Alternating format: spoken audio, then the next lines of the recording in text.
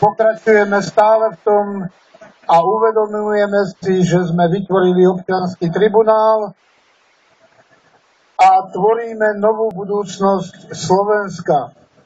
Nevadí teraz ešte, že nie je vás veľa, i keď by sme uvítali, keby ich bolo viac a viac, ale hlavne bude zajtra ako tak a potom nedeľa. To bude odpoveď naša na tie všetky naše želania. Čiže zajtra a pozajtra a odstúpiť. To je ono. Ja teraz vítam medzi nami ešte jedného, konečne aj mladého, tak pozývam sem k mikrofónu. Nech osloví vás aj konečne mládež, ktorú vyzývam, aby prebrala teraz aj ona postupne moc do rúk. Tak, nech sa páči, žiadna tréma, si medzi svojimi. Ďakujem. Moje meno je Tomáš Šimka a teda bol som vyzvaný, aby som aj ja predstúpil. Nemám teda nič pripravené, niečo konkrétne, čo by som povedal. No, s čím by som začal? Hlavne snáď tým, že čo sa týka týchto prevratov vo svete, ktoré už teda sú potrebné, aby sa diali jednoducho na celom svete, vládne bieda a mizéria. No a hlavne teda, čo teraz sledujeme, prevraty sa dejú teraz v Taliansku, v Bulharsku, celá Európa v podstate stále nejakým spôsobom protestuje a všade vidíme, všade čítame, že študenti sa do toho dali a burcujú ten svoj národ a aktivujú sa. No a čo vidíme tu? Samozrejme, medzi nami sú tu študenti. No ja sám študujem a vysoké školy, keď môžem povedať teda aspoň z môjho hľadiska, čo vidím, tak na vysokých školách sa nič nedeje. Jednoducho študenti sa nejakým spôsobom, tak by som to povedal, bol som rozdávať napríklad letáky a z čoho som bol prekvapený, tak ja som čakal, že študenti aspoň vedia, čo sa deje, ale majú k tomu nejaký neutrálny postoj, alebo teda niečo také. No ale čo ma teda zarazilo, bolo to, že práve študenti ani len netušili, že v sobotu sa tu niečo dialo.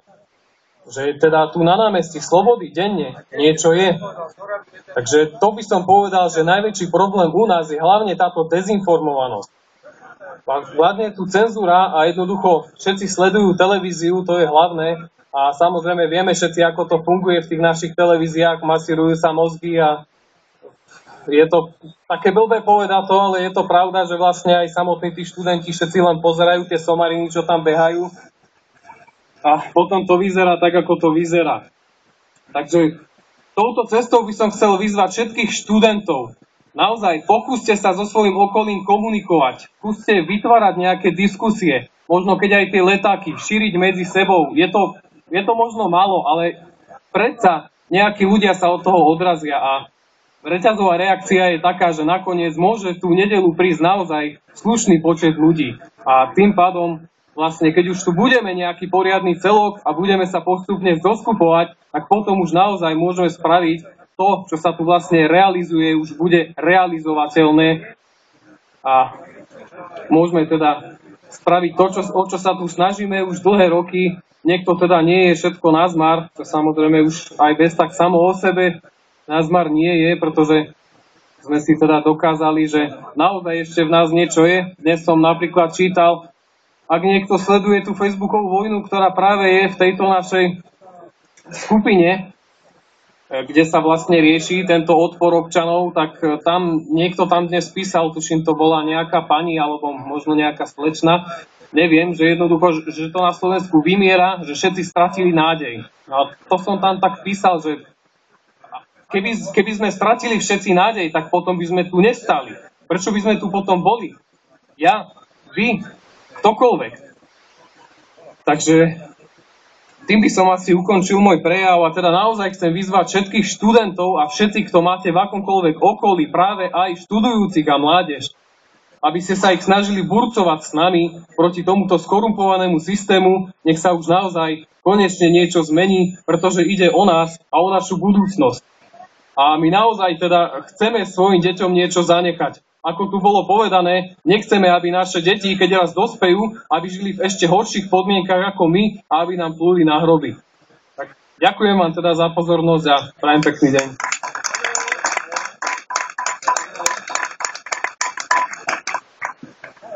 Tak to si ozaj vážim a cením, veľmi krásne to bolo povedané. A ukazuje sa, že tá naša mládež má na to, len naučila sa tomu americkému štýlu, pekne do kresla, pozerať televízor, tomu nejaké sušienky, prípadne niekto možno nejaké pivko alebo čokoľvek a baviť sa na tom, na čom sa vlastne ani veľmi baviť nedá. A to je práve to, že tento národ slovenský tým pádom skutočne stráca na aktivite. Ja si myslím jedno, musíme sa naučiť tomu, tento národ sa to musí naučiť. A musí sa to naučiť v prvom rade na vás. Musí tu vidieť ľudí a musí cítiť, že máme srdce, že chceme šíriť priateľstvo, chceme šíriť lásku medzi ľuďmi. Ale tá sa nedá šíriť, keď žijeme ťažko, horko ťažko prežijeme od výplaty do výplaty, alebo výplatu ani nikto nevidí, alebo nám švihnú nejakých 60 eur a z toho si máme kúpiť doslova zázraky. To sa nedá vtedy ani tvoriť nejaké vzťahy, ani nič. A trpí rodina a trpí postupne aj národ. Ale je to na nás, hovorím, ukazujme ľuďom. Kto nesúhlasí, protestuje. Ostatní, kto súhlasia, nech sú doma. Boli sme dnes na stanici a pustili sme tam pekne tú hudbu. Zaujímavé boli tie reakcie. Najskôr nás navštívili páni, policajti s tým pekným nápisom. Nebol tam ale ten nápis pomáhať a chrániť. Ale napokon postupne pochopili, že o čo sa jedná. Púšťali sme tam ľuďom výzvu, niektoré tieto pesničky a tak. Zajímavé boli reakcie. Mnohí ľudia, keď nás videli, tak išli tak pomaly, ako by sme boli morom nakazení, ale tých našťastie nebolo veľa. Druhá vec, beriem, že na stanici sa ponáhľajú, ale mnohí tam stáli a to znelo to krásne. Ozaj, stane sa niečo. Nech už ide ten pico do prdele a tak ďalej. A hovorím, nekričte to tam, príďte sem medzi nás. Keď to povie 20, má to nejakú výpoveď, ale keď to povie 20 000, tak je to už oďaleko inom. Tak ja preto znovu apelujem na vás, ukazujme tomu národu, že sme tu, či je dážď, nedážď, alebo je mráz, nemráz. Budeme im stále ukazovať do tej nedele, že sme tu, nebojíme sa a sme spolu. Takže ďakujem vám ešte raz a prekvapil ma ten mladý chalan, všetká česť. Nech sa páči, Martin. Dobrý večer, priatelia. Zopár informácií, pretože stále po vetri lietajú nejaké otázky. Najzákladnejšia otázka, ktorá je, kým ste financovaní a kto je za touto akciou. Takže ja ako jeden zo spoluorganizátorov dôrazne vysvetľujem a idem vysvetliť. Za touto akciou nie je nikto z politikov, žiadna politická strana, žiadna politická akcia, či už Olano, Smer, ktokoľvek. Nikto z politikov sa na toto nepodiela. Jediný, kto to podiela, je naštvaný spoluobčan. 17.11. tu budú jediní ľudia, ktorí to podielajú, to je naštvaný ľud na tento systém. Tak ako by vám povedal pred chvíľočkou, ľudia vo veľkom kričia, že toto, čo tu je zlé, ale to nie je problém Fica. Problém je tu problém systému, pretože systém zapričinil, že ktokoľvek išiel do vlády, možno mal dobré úmysly a verím, že mal, ale tento systém bol ten, ktorý toho človeka, politika, takto zničil.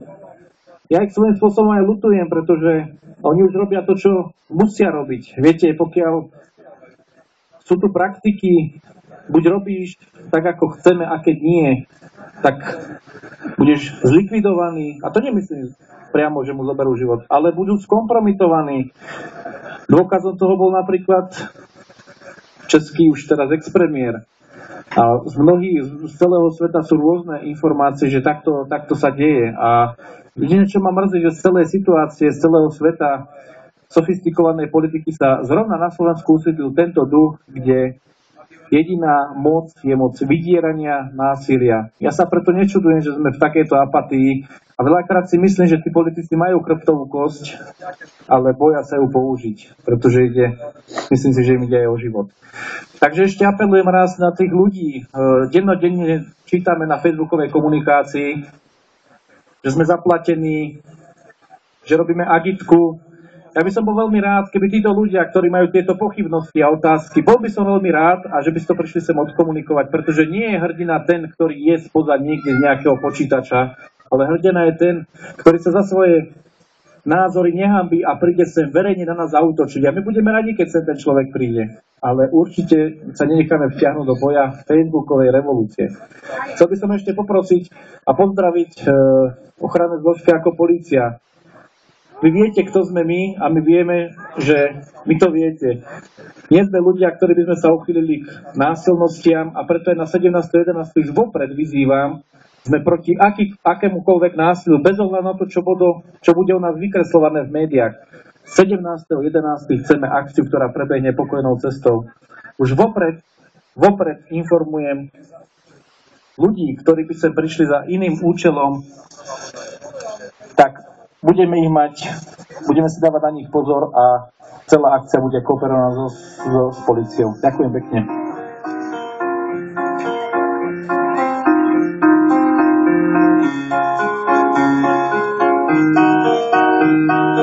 Príliš veľa hlasov a príliš veľa mien, príliš veľa slubov a príliš málo zmien.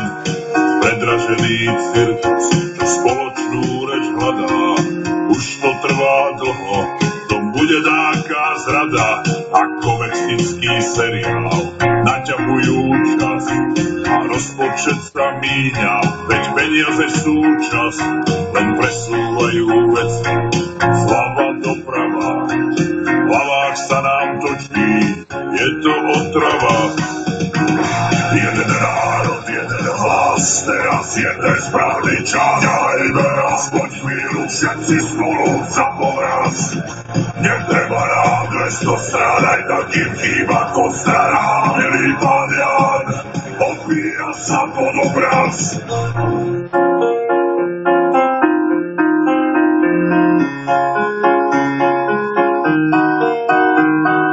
Povedzme si rovno, stojí to tu za ním. Duši chýba plameň a ruke dlhý bič. Otrávené stádo, ľahko sa ovláda a tak sa ľuďom dáva to, čo ich rozháda. Bratstvo, lásku, svornosť pomaly strácajú. Nezmyselné boje medzi sebou zvládzajú. Ide mi z toho srdce a hlavu roztrhnúť. Viac ako 20 rokov sa z miesta nepohnúť. Jeden národ, jeden hlas, teraz je ten správny čas. Ďajme aspoň chvíľu všetci spolu za povraz. Netreba nám 200 strán, aj takým chýba kostera. Milý pán Jan, odbíja sa pod obraz. Jeden národ, jeden hlas, teraz je ten správny čas. Ďajme aspoň chvíľu všetci spolu za povraz. Netreba nám 200 strán, aj takým chýba kostera. Milý pán Jan, odbíja sa pod obraz.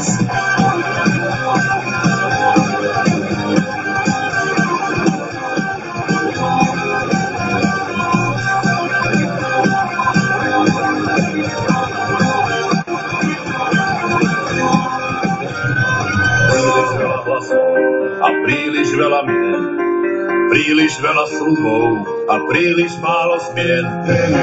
Jeden národ, jeden hlas, teraz je ten správny čas. Ďajme aspoň chvíľu všetci spolu za povraz. Netreba nám 200 strán, aj takým chýba kostera. Milý pán Jan, odbíja sa pod obraz. Jeden národ, jeden hlas, teraz jeden správny čas. Ťahajme aspoň chvíľu všetci spolu za povraz. Nech treba nám dnesko strádaj, tak nech chýba to stará. Milí pánia, odbíja sa pod obraz.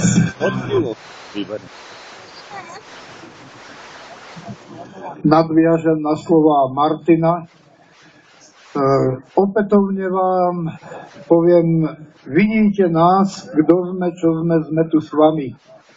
Opätovne vás vyzývam, neverte tým kadejakým Nikom, kadejakým Máriam a neviem akým takýmto náležitostiam. Tieto Márie nám behajú na mužské WC, ale nie preto, že by mali sexuálne chúčky, ale preto, že sa volajú ženským menom muži. A sú to vlastne podvodníci, to sú oni, ktorí vlastne klamú a zavádzajú. Majú strach z toho, že my, občania, preberieme moc a ukážeme národu, že občania dokážeme to, čo sme začali. Tak ako tu bol ten Erik, ten náš čierny Slovák, ktorý povedal, čo sme začali, to aj dokončíme. A tohoto sa držme. Ja môžem za seba povedať, že skutočne my nie sme nikým financovaní. Keby sme boli, tak vás nebudeme mnohých žiadať, že niečo prispejte. A všetci dávame do toho, dá sa povedať, posledné. Ako sme sa s našim priateľom Marekom bavili, ako to bolo s Ježišom, tá žena, ktorá dávala síce málo, ale dávala posledné. A tá dávala najviac. Aj vy dávate najviac. Viac dávate ako tí, ktorí len doma sú a nedajú dohromady do toho nič. My skutočne, keby sme mali tieto veci, že nás dosť platí, tak ja sa napríklad teraz tiež priznám, že nebudem tiež dnes veľmi dlho hovoriť, pretože včera som tu bol non-stop aj celú noc a vlastne behám stále až doteraz, pretože tu treba to strážiť, čo si obetovať. A za to nás ešte niekto bude obhadzovať, že kto si nás platí, kto si nás podporuje, kto si je za nami. Ja hovorím, viete, kto je za nami a chceme, aby bol za nami? Občan. Občania Slovenska. Áno, tí nech stoja za mnou a vtedy pôjdem aj v prvom rade tam dopredu. To treba. Tí, aby stáli za nami. Tam je to veľké bohatstvo. V našom národe je veľké bohatstvo. V našom národe sú skutočne matky, ktoré obetujú to posledné, dá sa povedať. A tento svinský štát im ešte aj to zoberie. Berie im decka. Nevraviac, že vymýšľajú juvenilnou justíciou. Berie im z tých peňazí a smiešne im hodí pár eur. Tu máte o 2-3 eurá viac. A oni im potom zvýšia ceny a nezobrali im teda, nepridali 2-3 eurá. Keď im zvýšia, vlastne im odobrali aj tie 2-3 eurá. A prichádzajú o to. A oni sa drzo smejú. Tu vám dávame, my vám zvyšujeme. Koľko sa len dá. A vysvetlo, keď učitelia pýtali na to, nemáme. Snažíme sa. Chudák Kažimír možno po myšacích dierach chodí, zberá. Chudák možno stojí na námestí a prosí, pridajte mi tu nejaké euro, aby sme dali tým občanom. No to máte toť vidieť, ako to je.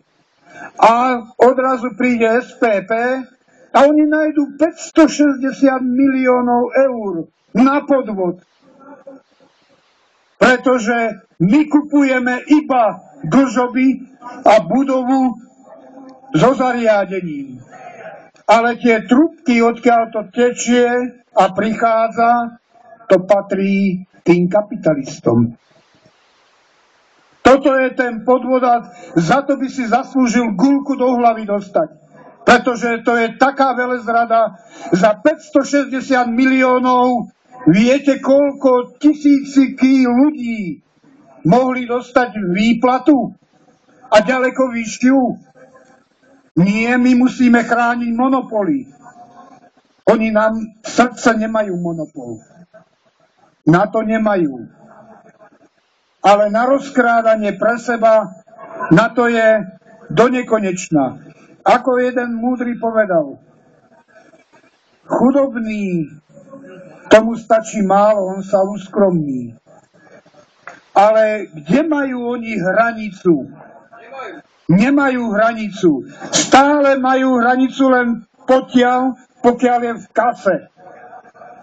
Ďalej čakajú, kedy pritečie ďalšie a to musia ukradnúť. A z toho mála potom dávajú nám. A toto, kto nepochopí, je zločinec taký istý ako oni. Pretože my kričíme, my sme tá moc, my sme občiansky tribunál. A my chceme, aby vláda nám patrila, občanovi. A budeme ho trestnoprávne stíhať, alebo ho odvoláme. Čo je na tom špatné a zlé? Čo je z toho pre mňa napríklad?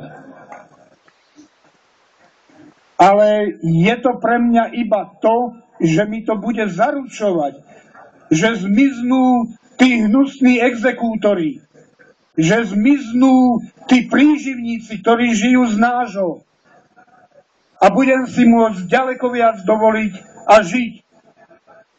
A nebudeme mať takýchto ľudí, ktorí nás budú len oblbovať a nič nám nedajú, len nám berú. Znovu to hovorím, ja nepotrebujem premiéra, ktorý mi bude vysvetľovať, že si už nemôžem dovoliť napríklad pre svoje dieťa niečo, lebo teraz sa to nedá. Ale pred voľbami vám bude sľubovať toľko a toľko. Takého nepotrebujem. Ja potrebujem takú vládu, ktorá mi nemusí vysvetľovať, prečo nemám. Lebo mi dajú a keď to dostanem, tak som spokojný a nikto mi nič nemusí vysvetľovať. Takže my chceme skutočne, aby tu prekvitala láska, priateľstvo medzi ľuďmi. Spokojnosť. Aby sme ukázali, že Slovensko má krásnu prírodu, výborných ľudí a že niečo z toho dokážeme. Ale žiaľ Bohu, existuje tu množstvo ľudí, ktorí nič iné nevidia, len hľadia na to, keď čosi náhodou máte v ruke, kto vám to dal. To sú zákernosti a to ma trápi. Tak preto ešte raz hovorím, uvedomme si, my vyhlasujeme obrovské revolučné veci. My vyhlasujeme vládu občana, nie mňa. Ja sa tam nepchám do vlády. A prečo by som sa aj pchal, keby som chcel neviem jak zarobiť? V tejto vláde nebudú našej mať 3 000, 4 000, 5 000 eur a ešte asistenta, vymoženosti, autobusy, čokoľvek, kde sa obzrú, budú mať, teda majú platené. Nie, toto bude služba národu. Budú zarábať toľko, že budú dobre žiť, ale nie si kupovať helikoptéry, vrtuľníky, kadejaké, tie triskáče a podobné ostatné záležitosti. Odkiaľ to majú? Odkiaľ má niekto nejaký triskáč? To si tak odkladal zo svojej výplaty, že chudák sa ani nenajedol. Toto nech nám zodpovedia. A my sa ich na to budeme pýtať. My sa ich aj spýtame na gorilu, na ostatné kauzy. A podľa toho, ako zodpovieš, dostaneš buď 200 rokov, alebo aj 400 rokov.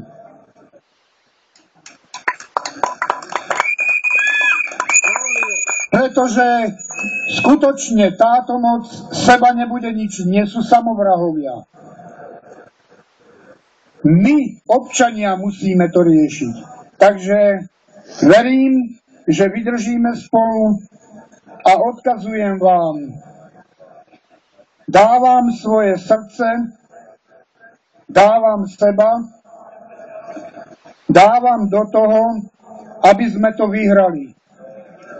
Vydajte takisto do toho a dávame veľmi veľa, lebo to ich porazí. To ich porazí. Náš vzťah, naša sila, naše presvedčenie. Na to nemajú oni zbrane, na to sú neschopní. A my to máme v sebe. Tak to dajme spolu dohromady a konečne vytvorme to, že vyhráme. My jednoducho musíme vyhrať, lebo ostatné pre nás znamená prehra, smrť. A my zbytočne nechceme padnúť. My chceme žiť v mene seba a tohoto národa. Žiť slušne, žiť v láske, priateľstve, ale toto im nikdy neodpustím. Nikdy im to neodpustím, ani vy im to neodpustíte. Nech sa zodpovedajú a nech sa naučia zodpovednosti. Občania nech sa naučia zodpovednosti za svoje rozhodnutia, aj oni. A budeme ich potom súdiť. Ďakujem. Priatelia, informácia je tu vpredu čaj, tak to máte záujem, poďte si naliať. Tu sú poháriky.